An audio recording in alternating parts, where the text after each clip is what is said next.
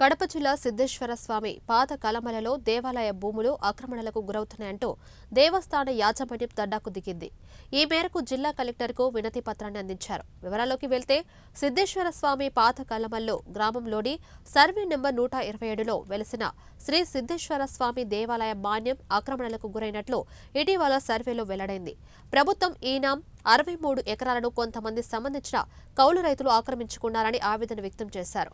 ఈ నేపథ్యంలో కలెక్టర్ కార్యాలయంలో ధర్నా నిర్వహించి దేవాలయ భూములను రక్షించాలని వినతి పత్రంలో కోరారు.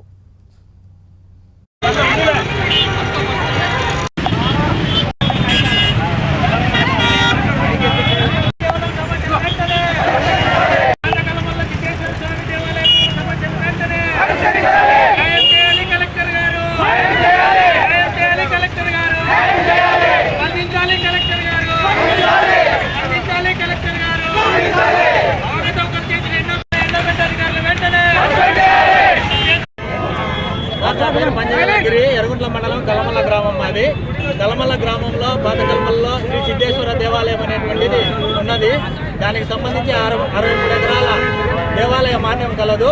అయితే ఆ దేవాలయ మాన్యంలో అదే గ్రామంలో ఒక ప్రైవేట్ సర్వే నెంబర్లో రైతుల పొలంలో ఒక శివాలయం నిర్మించుకొని అక్కడ ఆ శివాలయంకు ఈ దేవాలయం సంబంధించిన మాన్యంను ఎండోమెంట్ అధికారులు దానికి సంబంధించిన కౌలు గుర్తును దాదాపు 2011 సంవత్సరం నుంచి నేటి వరకు సంవత్సరానికి 2.5 లక్షల రూపాయలను ఈ రోజు వరకు కూడా వారికి కేటాయించి అన్యాక్రాంతం చేస్తూ ఉన్నారు.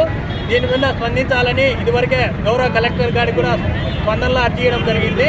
మేము ఒకటే చెప్తున్నాం, కలమల్ల గ్రామంలో ఉన్నటువంటి సిద్ధేశ్వర ఆలయము పురాతనమైనది. క్రీస్తు శకం 575వ సంవత్సరంలో వేనాటి ప్రాంతాన్ని పరిపాలించినటువంటి ధనుంజయ మహారాజు గారు మా గ్రామంలో సిద్ధేశ్వరాలయం, చెన్నకేశ్వర దేవాలయం, ఆంజనేయ స్వామి 3 దేవాలయాలను నిర్మాణం చేశారు.